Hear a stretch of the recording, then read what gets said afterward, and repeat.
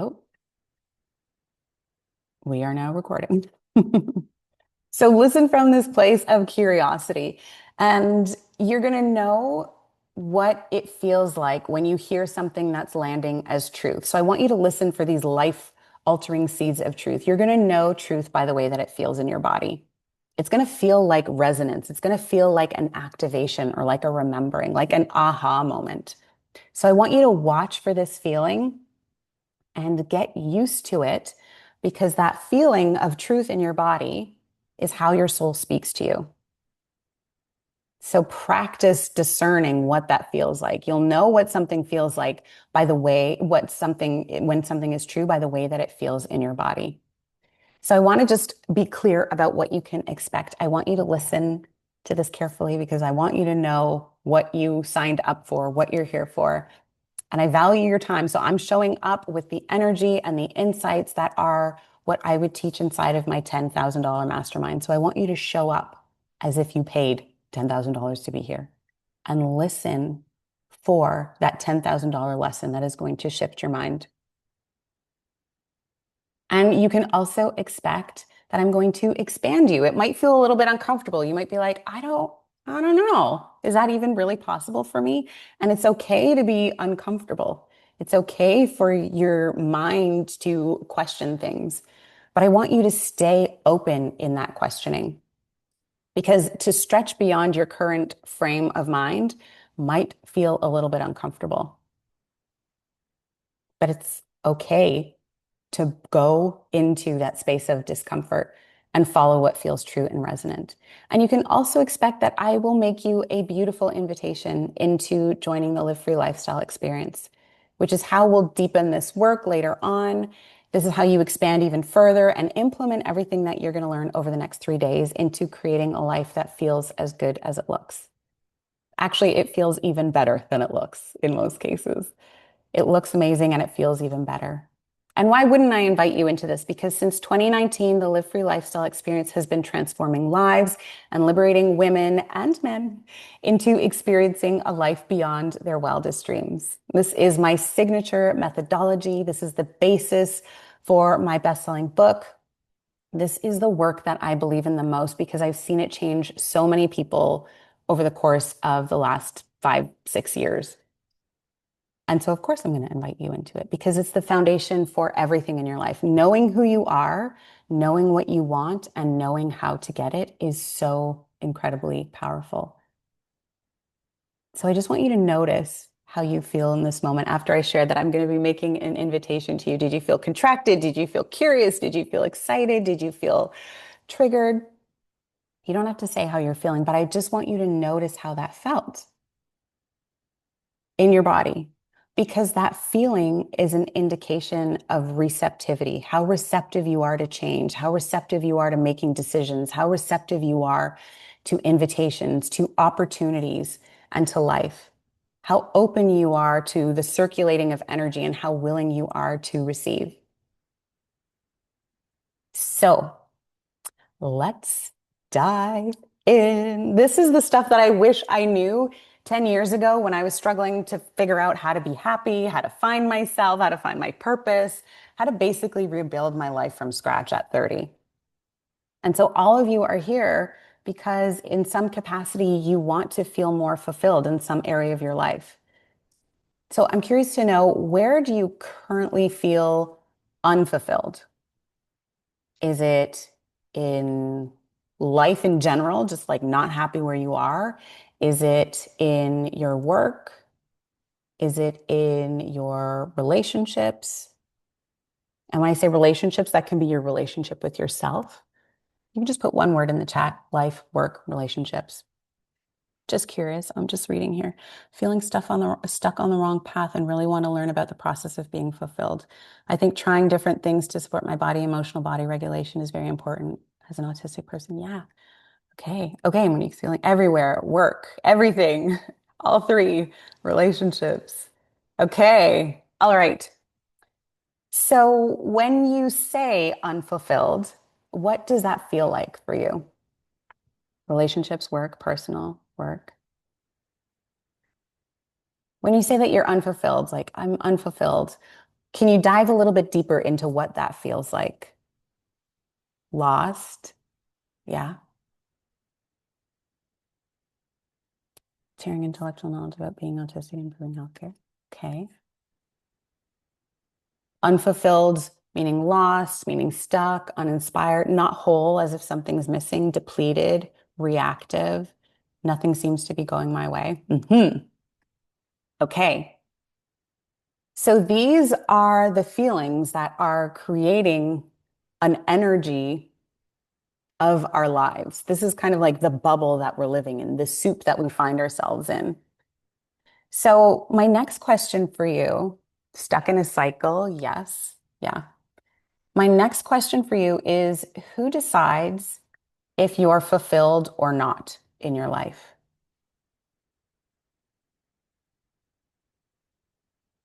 Who decides? Yeah. Me, myself. Yes. Yeah. It's not your parents. They don't get to decide if you're fulfilled or not. It's not your boss. It's not society. It's not even God. You get to decide your level of fulfillment in your life because fulfillment is a feeling that only you can feel in your body. So we know what unfulfillment feels like. It feels like all those things that we said, like lost, stuck in a black hole, stuck in a cycle, um, lost, uninspired, nothing seems to be going my way. So if you're the one who decides whether or not you're fulfilled in your life, I'm curious if you've asked yourself what part of you has been making the decisions in your life. You're in charge of your fulfillment. So who's making these decisions that's making you feel unfulfilled? Some things are circumstantial.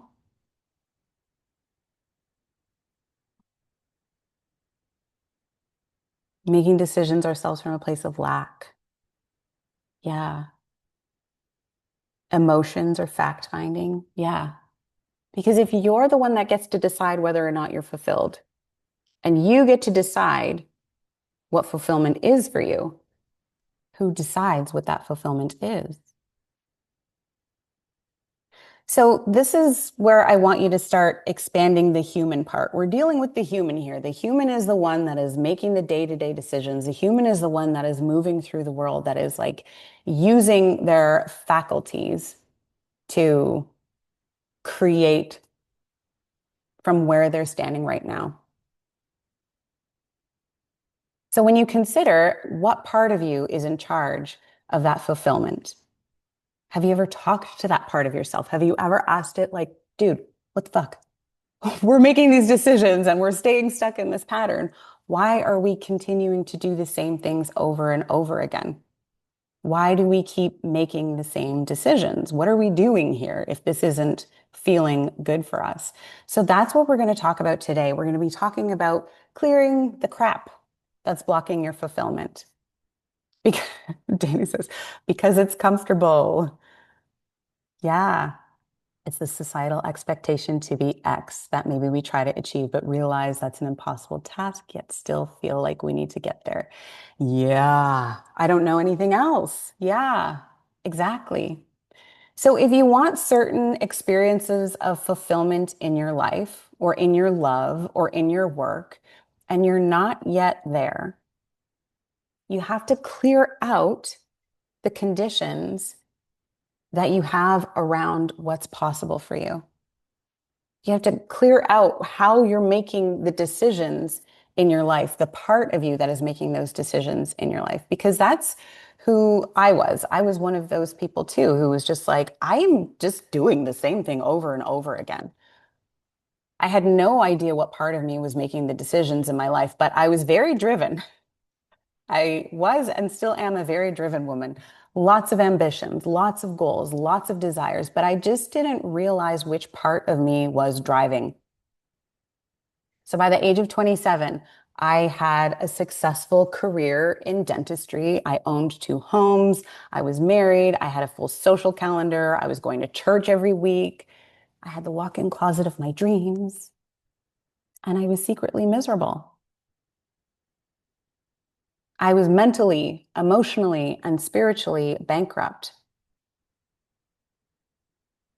I was trying to escape a life of feeling stuck in financial situations, my parents' financial situation. I wanted to be beyond that. I wanted to be bigger than that. So I worked and hustled and grinded and I got all of the check boxes checked as quickly as I could because I was driven.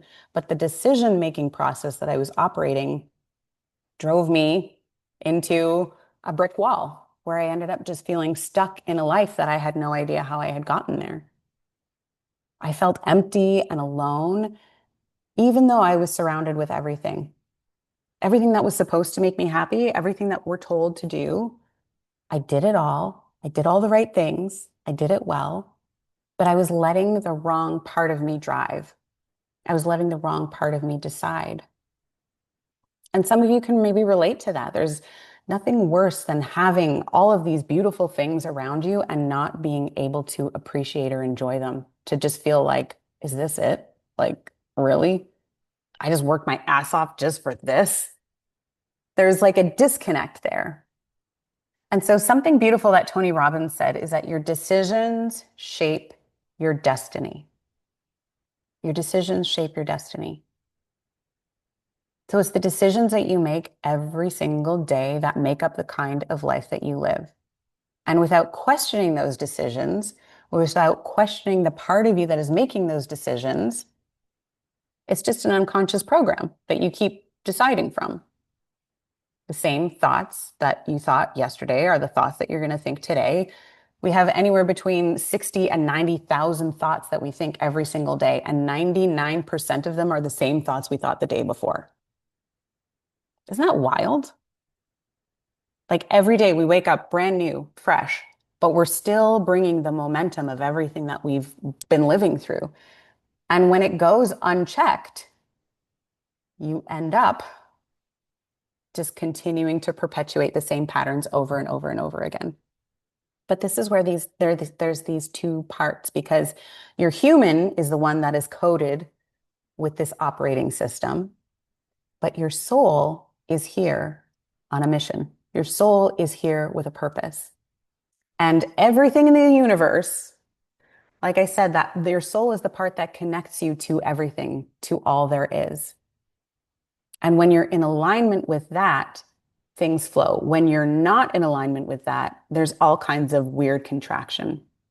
There's the hustling and the grinding and the doing all the things, but the lack of fulfillment. But you always get redirected onto your authentic path. It's just that some people, like myself, are a little more stubborn than others. I heard these little whispers over and over again, and we'll talk about this a little bit more tomorrow, over and over again, saying, this doesn't feel good.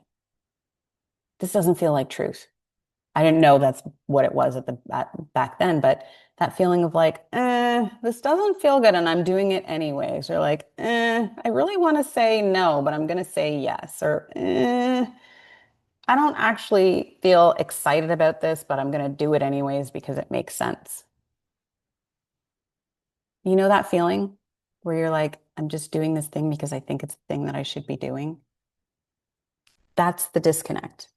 And the more decisions you make from that place of doing the thing because you think you need to do the thing, the less fulfillment you're going to feel.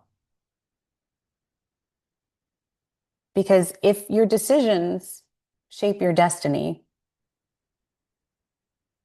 then you should be able to get everything that you want if you just decide. I resonate with this. I never used to get excited for anything, and I still don't get overly excited for anything very much. Yeah, we're going to talk about that a little bit more tomorrow, Danny, when we talk about the soul. But the decision-making process that you're in, Craig, you're onto something. Maybe it's if we feel fulfilled, what's next? What do we do now? hmm We're going to dive into that as well. Because the decision-making process that we have is coded as a program that we have in our mind. So, for example, if we're thinking back to like, okay, your decisions shape your destiny, the decisions that you make create the life that you live. So if you decide to work out every day, you're going to live a fit and healthy life. If you decide to eat garbage every day, you're going to live an unhealthy life. Those little decisions that you're making. And we make hundreds and hundreds of decisions every single day. But most of them we're making unconsciously. Most of them we've kind of just put into the programming part and just said, we're going to run this on autopilot so that we can just get through the day. If we're constantly having to like, oh, is this good? Is this bad? Da, da, da, da, then we just spend all of our time trying to make decisions. So a lot of this is running on autopilot. That 99% of the thoughts that we're bringing from yesterday are so that we can kind of expedite living. So if you're making your decisions from a part of yourself that is not who you really are, then those decisions are going to create a life that doesn't really feel fulfilling. Coming back to that example of like, oh, I don't really want to do this thing, but I'm going to do it because I think I should. That's not your truth. That's trying to live up to an expectation. Somebody said it earlier. You're doing things because there's an expectation, because you think it. But here's the truth. When we are born, we are pure potential. We have the ability to become anything. I'm not personally a parent, but for the parents in this space, when you see your beautiful baby born, you're looking at it and you're like, oh my gosh, I wonder who this baby is going to become. Like literally anything is possible for this human life that is incarnated here. And it's up to our soul and our parents and to guide us through to the best of their ability so that we can like become all that we are meant to be. But more often than not, and this is not to fault parents at all, like we're all humaning here for the first time. I mean, depending on your thoughts of reincarnation, that's a whole other thing. But we're doing this life as it is right now for the first time. So we're all just learning. But here's an interesting thing. Did you know that there are only two fears that come fresh off the press when a baby is born? Only two things that a baby is afraid of. They're afraid of loud noises and they're afraid of falling, the feeling of falling. Like if you were to drop a baby, they would obviously be afraid of that, but nothing else. So every other fear and every other thing that impacts this little human bundle of goo and love and potential is learned behavior. We learn how to be a human by looking out at others, by absorbing through our experiences. But when we're really young, we don't have a filter about what we're absorbing. We're just absorbing everything. We're like, oh, okay, I guess this is how you do things. Oh, okay, I guess this is what you do. Oh, okay, this hurts. Maybe don't do that again. This I like. Okay, I'll keep doing that. This pisses off mom. Don't do that. This makes dad give me a high five. Do more of that. And so we learn who to be. We pick up these operating systems, we pick up these patterns, these programs, these conditions for how we show up in the world. We're taking in all this information and then we're creating meaning around it. If I'm too loud, I get in trouble. So maybe I need to be more quiet. If I do good at school, I finally get attention. So I got to do really good at school. If I wear my favorite rainbow colored socks to school, I get made fun of. So I don't do that. If I want to be cool and popular, I start smoking in the smoke pit outside. We create these conditions, we create these ideas for ourselves, we create this personality, this operating system that allows us to move through the world in a way that gets us what we want and that helps us avoid what we don't want. So our decision-making capabilities from a very young age before we were even aware of what we're doing are coded and imprinted from things outside of ourselves, from what we're observing, from what our parents taught us, from what society tells us, from what our peers are doing, from what our past experiences have shown us, like heartbreak and disappointment and rejection. We're operating from this system that isn't our true potential, but our limited learning of who to be. So I want you to think about it. How did you decide on the job that you're in right now, for those of you who are not happy with your work? How did you decide on the school that you went to? How did you decide on the partner that you have? In my past life, I wanted to be, well, there were many things that I wanted to be. I wanted to be a chef. I wanted to be an artist. I wanted to be a teacher. I wanted to do things that were exciting and expansive. But I don't know if you've heard this from your parents, but like artists don't make money. Teachers don't make money. That's not a safe job. You can't just like do willy-nilly. You need something practical, something that is going to get you a pension, something that is going to help you save for retirement, something that people need you to do. So I went into dentistry and became a dental hygienist. It was practical. I was not passionate about it at all, but it was practical. As a teacher, I can confirm. And I assumed that that was the only thing that was available for me because I was taught that's the only way that I can look at things. I was operating from the paradigm of I need a practical job that is safe and sturdy and secure. So I'm going to do this thing that everybody has teeth. Everybody's going to always need their teeth cleaned. I don't love it, but I'm going to do it because it will get me paid. It will be safe. And I feel I've been laid off from a previous position. But it was coming from a decision of like, I need to do a thing, or this is the only way for me to do this thing. For the example of teachers, you can teach in a school or you can teach online or there's so many ways, but when we're not exposed to all of these different ways that we're able to experience ourselves in life, we just do what we know to do. Those 99% thoughts keep coming with us. We were told that this is what we do, so we keep doing it. And it's comfortable that way. It's very uncomfortable to start expanding your mind and thinking of like, what would it be like if I had my own business? Or what would it be like if I did something that I really loved?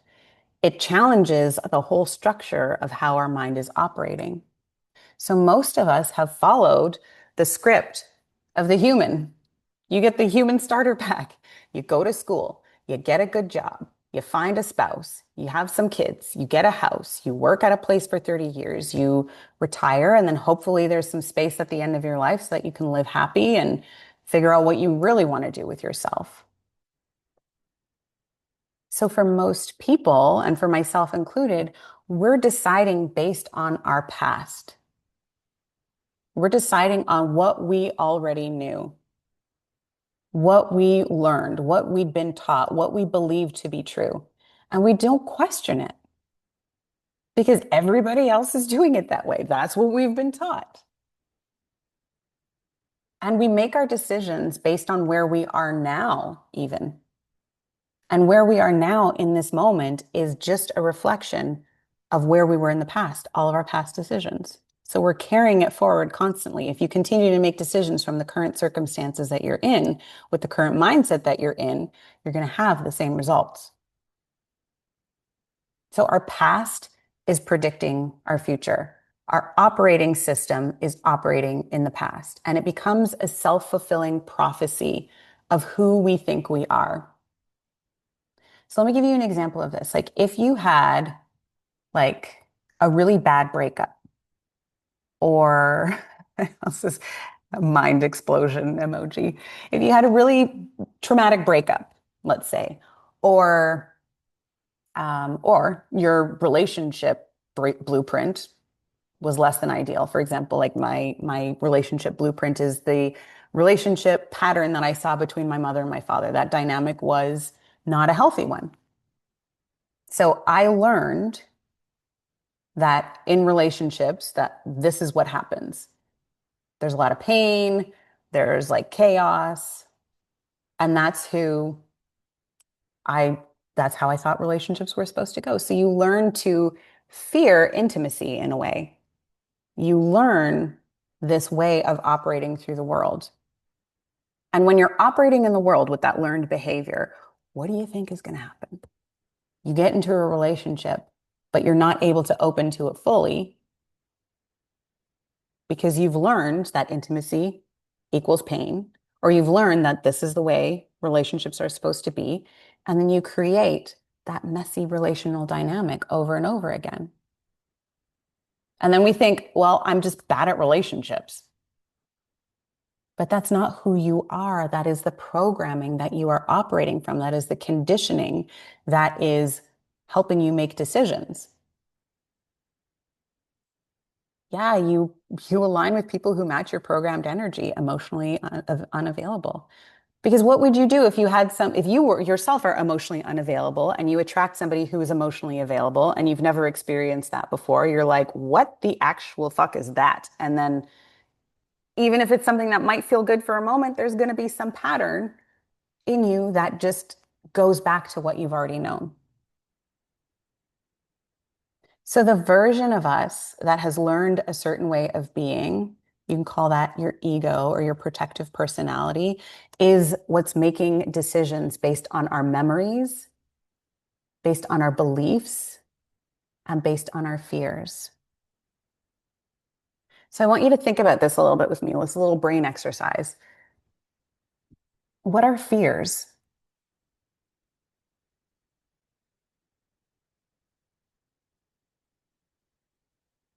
What are fears? They're potential outcomes that we play out in our mind. I have a fear of spiders, things that make us feel unsafe. Yeah.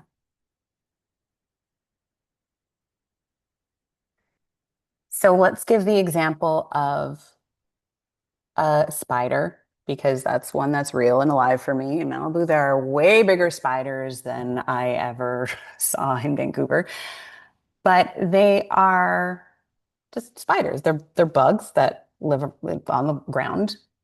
A spider is just a spider. But when I think about what can happen in the presence of that spider, like it can crawl on me, or if it's poisonous, it can bite me. When I think about it, I unfold that imagined scenario and it creates fear. But a spider is just a spider. A circumstance is just a circumstance. But the potential outcome of that circumstance that I'm projecting into the future is what makes it a fear.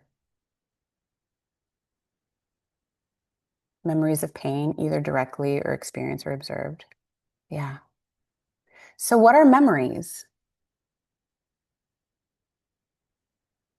Memories are kind of the same thing. They're past experiences that we relive in our mind. Yeah. So, whether it's good or bad, a memory isn't happening in the moment when we think of it. It's already gone, it's already passed. It no longer exists. It's not real anymore. But thinking about it again makes it feel real.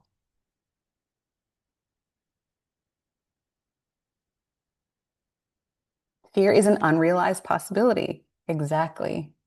Yeah. And the funny thing is, so is faith. Faith is an unrealized possibility. But for some reason, we are just more willing to invest in fear because it feels scary. It's a bigger emotion. And faith triggers our fear. So let's talk a little bit about beliefs. What are beliefs? Beliefs are interesting because they're really just thoughts that you keep on thinking in your mind. If you repeat something over and over again, you can make yourself believe anything. You can make yourself believe that you're a good public speaker, so then you don't get so nervous when you have to go live in front of the hundreds of people who sign up for your event. So beliefs rather, are thoughts that you keep thinking in your mind over and over again. A belief is not the same thing as a truth. We can have beliefs that we hold like our own personal truths, but they're a subjective truth. They're not an objective truth, meaning that it might not be real for everyone. Like a truth is like gravity, applies to everyone. It's not just a belief. You don't just believe that you're going to like wake up, roll out of bed, and stay on the ground. It's a truth, it's an objective truth. A belief is something that informs your personal truth, and it is something that you can change. Did you used to believe in Santa Claus? You changed that belief. And so these thoughts that are moving through our minds as fears, as memories, as beliefs, what are thoughts?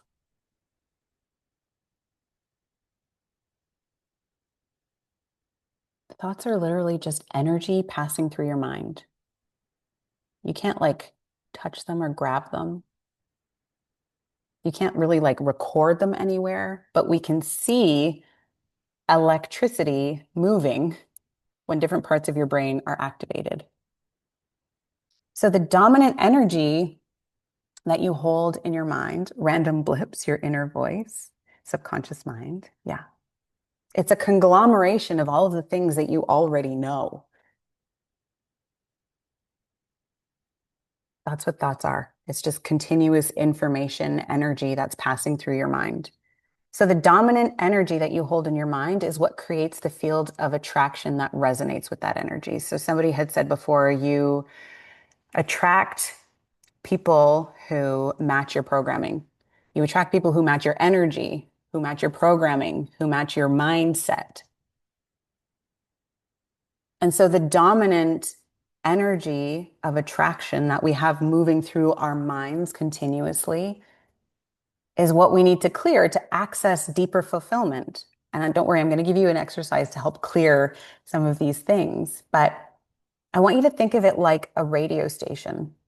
Like the entire universe is like a giant radio, and every type of music imaginable is already available for you. Like in your car. I mean, I don't even know what it's like in a car anymore. I never really listened to the radio, but remember, like anybody born a few years back, I'm not going to say, but you know what I'm talking about when you were driving and you had to like turn the dial to get to a radio station. All of the stations that you could potentially listen to were always all available for you, but you just had to turn your dial to the one that you wanted. And then you would play what was on that station. So you are like the station and you are tuned to a certain frequency. So if your mind, your programming is tuned to 98.5 based on your fears, on your memories, and on your beliefs, you're going to be receiving what's programmed on that channel. You're tuned into that frequency. That's the energy that's running through your mind. That's the thoughts that are happening. So you're going to hear that music. You're going to see that reality. You're going to have that experience. You're going to live that life. You're going to make those decisions. Even if you're sick of slow jazz or whatever channel you're on and you want to listen to rock and roll, you have to change the dial. You have to tune in to a different frequency to be able to receive on a different level. So it starts with your mind. It starts with your human, getting your human on board with this greater experience, expanded part of you that is meant to be running the show. But we aren't taught any of this. We're just taught to follow the script. We're taught to do the blueprint. We're taught to like stick to the channel that you've been programmed to. And when we try to change the channel, that's when there's all this static. It gets uncomfortable and we're like, oh, I feel lost and confused and I don't really like this, but I actually just hate slow jazz. I want to listen to something else. So the way that you change your channel is you start by clearing the crap that has you stuck on that channel, stuck in the patterns of dissatisfaction, stuck chasing what you think you should want or what you think you should do or what you've been told is the right thing or what others expect of you instead of what you truly desire. So to clear the stuff, the gunk that's blocking our fulfillment, we first have to become aware of it, recognizing that it's there in the first place, recognizing like, oh, this is how my human works. Shit, I had no idea. Okay. Or maybe I did have an idea, but I just didn't give it that much credence. I didn't put that much weight onto it. So we recognize that it's there in the first place. And it's easy to recognize because it does not feel good. If you're feeling stuck, if you're feeling unfulfilled, if you're feeling trapped or uninspired, those are all feelings that are dissonant. It's like static. It doesn't feel good. So you know that that is not the wholeness of who you are. When you're whole, when you're aligned, when you're on the right station, the music is what you want to hear. It sounds beautiful. So the feeling of dissatisfaction, the feeling of unfulfillment is powerful. It is your North Star. It might feel like this thing that you're trying to avoid, but it's your soul trying to wake you up. It's like, hey, we're actually meant to be on this channel. So let's clear it. Remember what I said at the beginning about truth? Like it feels like resonance, it feels like opening, it feels good. So I want to ask you, what would feel like that for you? What would you love to experience? And this is where you can write this out in your journal. What would fulfillment feel like to you?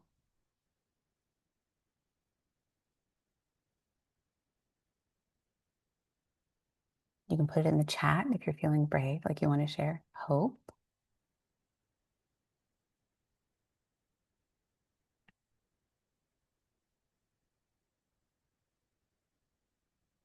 peace.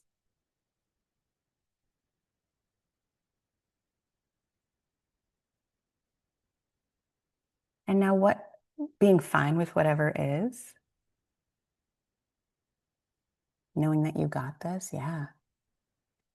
So what area do you feel that these feelings are lacking the most? Surrender. Mm. So, for example, if it was like peace in your relationships, or surrendered in your work, or hopeful in your future,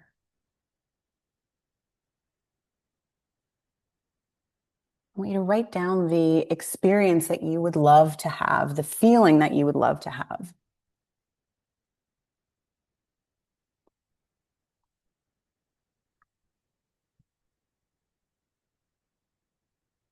And now I want to ask you another question. I don't want you to overthink this. I don't want you to be like, I don't know what's the right answer. There's no right answer or wrong answer. Not concerned with making enough money. Okay. So now I want you to write down the first 5 thoughts that come to your mind, just like about why you can't experience that now.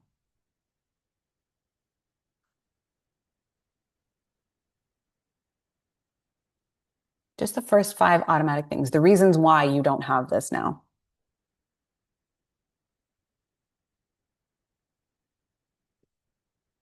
I'll give you 30 seconds.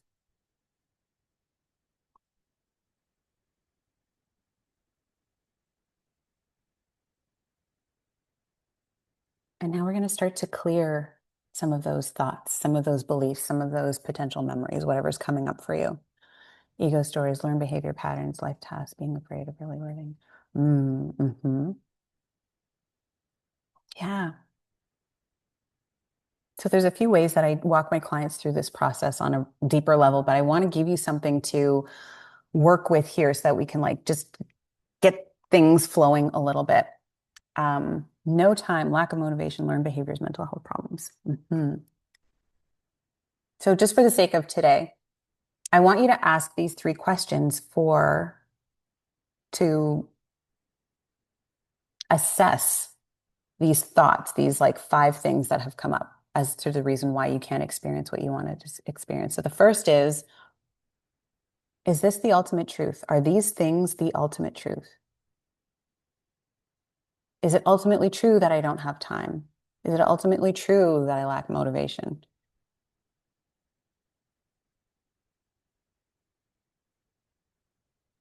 Is this the only possible reality that is available to me? Mm-hmm. Is this the only thing in all of the entirety of all of the radio stations, all of the work, all of the world possibilities? Is this the only thing that is available? So if it's not the ultimate truth and there's something else that's available, hello, Anna, then that opens us up to getting out of the loop of continuing to make decisions from that place. I don't have time. I don't have time. I don't have time. I don't have time. I don't have time. Is that the ultimate truth? Is there time that you can take from other places? Are there things that you can start to experience differently? It creates space for a new frequency to come in. It's not going to clear it immediately and just poof, you're never going to have that issue again. But you're going to start to notice that there's more available for you to start making decisions from. Because if the ultimate truth is like there's no time, then there's no way for anything to ever change. Why try? But if it's not the ultimate truth, then there's a possibility there. And where there's a possibility, there is the opportunity for change. So the second question that I want you to reach into is, what is the cost of believing this? So for example, if you're feeling like I'm bad at relationships, what is that belief costing me? Staying stagnant? Yes.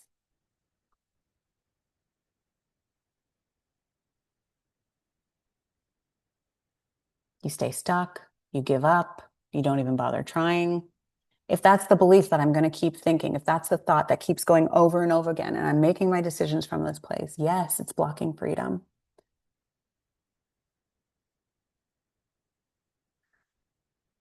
Opportunities and joy, 100%. And so the next question that I want you to dive into is, what am I gaining from believing this? Because here's the thing. I know that in like the spiritual community and even in personal development, there's a lot of hate talking about the ego, about our protective parts. They're like, kill the ego. I don't believe it's something that needs to be killed. I think it's something that needs to be retrained. What is the this that you mean? The belief that you had, the thought that you had, like for those five thoughts that came up, like I don't have time or it's not possible or whatever. What am I gaining from believing that? Because our egos, our protective parts, they're always trying to help us. They're just misguided. We're never believing things intentionally to keep ourselves stuck. We're never trying to hurt our own feelings. We're never trying to like actually sabotage ourselves. We actually are gaining something from our protective mechanisms. It's a protective mechanism. So in the example of I'm bad at relationships, what I gain from it is that if I believe that I'm bad at relationships, I'll never have to open my heart all the way because I'm bad at it. And then I'll never get hurt. And then I'll stay protected. So like in our little delusional mind, our human is like, at all costs, avoid things that are uncomfortable. Yeah, not getting uncomfortable. At all costs, avoid getting uncomfortable. At all costs, avoid changing circumstances because that'll throw us into something that we don't know how to handle. But your soul is always guiding you towards more because you are capable of handling that more. So the last question that I want you to ask yourself is, who would I be without this belief? Or who would I be without these thoughts? If I no longer believe that I'm bad at relationships, then I would be somebody that's good at relationships. Oh shit. And then who would I be? I would have to get uncomfortable. I would have to get vulnerable. I would have to open my heart. I would have to put myself out there because I'm good at it. More consciousness and less identified with those stories.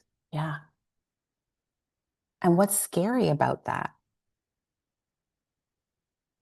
Humans, our human selves, are programmed from the past. We are programmed to stay where we are. The real self that is hurt is afraid of that. But it's not actually, I would be Carla 2.0. Yes.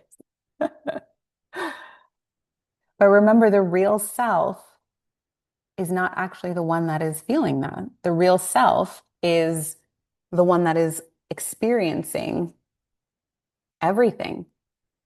Remember, everything is a learned behavior. We learn to be afraid of spider. We learn to be afraid of things because we experience emotions that feel uncomfortable. But there's a you underneath this part that believes you're not good at relationships, or the part that believes that you're stuck in your circumstances, or the part that believes that this is not available to you. All of these thoughts, all of these memories, these fears, these beliefs, those are all programs. Those are all conditions. They're not the truth of who you are. You, the divine version of you, the perfect little bundle of potentiality, still exists. It's just been covered with all of these beliefs and all of these fears and all of these memories and don't do this and da, da, da, da, da, da, da, da, da, that have created this shell. And it's this shell, our mind, our beliefs, our thoughts, our memories, that are making the decisions that create our lives. And that's why there's a lack of fulfillment. Because underneath all of that is it us, a you, that is truly waiting to be experienced, that is truly waiting to be revealed. So I want you to sit with this. It's like a heavy day one. Y'all are like, I didn't know this is what I signed up for. I just thought I was going to be a little bit happier. But now I'm like feeling feelings and thinking about things in ways I might not have thought about them before. So I want you to sit with these questions. And if you didn't answer them all, then I want you to take your time and go back and get honest with yourself about these. Because clearing the crap, becoming aware of these limiting patterns, of these like continuous loops, these conditions that we've put on ourselves, is what is going to set the stage for stepping into the magic that you really are. And the true fulfillment that is meant for you. You did not come into this life to struggle, to feel like shit, to work and pay taxes and die, to grind, to be trying and never succeeding. You came here to be fulfilled. You came here for the experience, for the fullness, for the richness of getting to live the life that you are meant for, that getting to live with all the desires that you have in your heart. So who would you be if you were free from all of these limits that you have, that you've believed about yourself? Free from all the past experiences that you're afraid of repeating, free from memories and worries and fears and lack. You'd be finally fucking free. And that's when you're finally fucking fulfilled. So this deep work, yes, I'd just be free. You would be free to be yourself. It wouldn't be like, I'm doing this because of this. I have to do this job because this is what is expected of me. I have to marry this person because we've been dating for 5 years and that's the next thing to do. Or I have to do this job because it's practical. You would be free.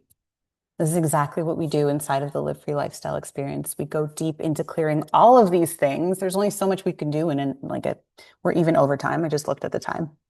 We're a little bit over time. We're going to be like 5 minutes past. Um, but this is the work that we do in this experience, in the Live Free Lifestyle experience. That's why it's called the Live Free Lifestyle, because it becomes the lifestyle that you live, no longer from this place of these limits and these conditions and these fears and these stories that we've told ourselves, but from the expanded version of your true self. But for today, this is the perfect start. So I want you to like really allow yourself to think about this for a minute. Like you showed up here for a reason. You showed up to get something. I want you to get something out of this. I want you to like uncover some of these thoughts that have been running in the background, that have been guiding your human to make these decisions, that have been creating your life. Because this is the stuff that's been driving you. This is the stuff that's been operating. These limitations, these beliefs, this drive. It's not who you are, but it's the program that's inserted. It's like a corrupted disk. It's who you've learned to be.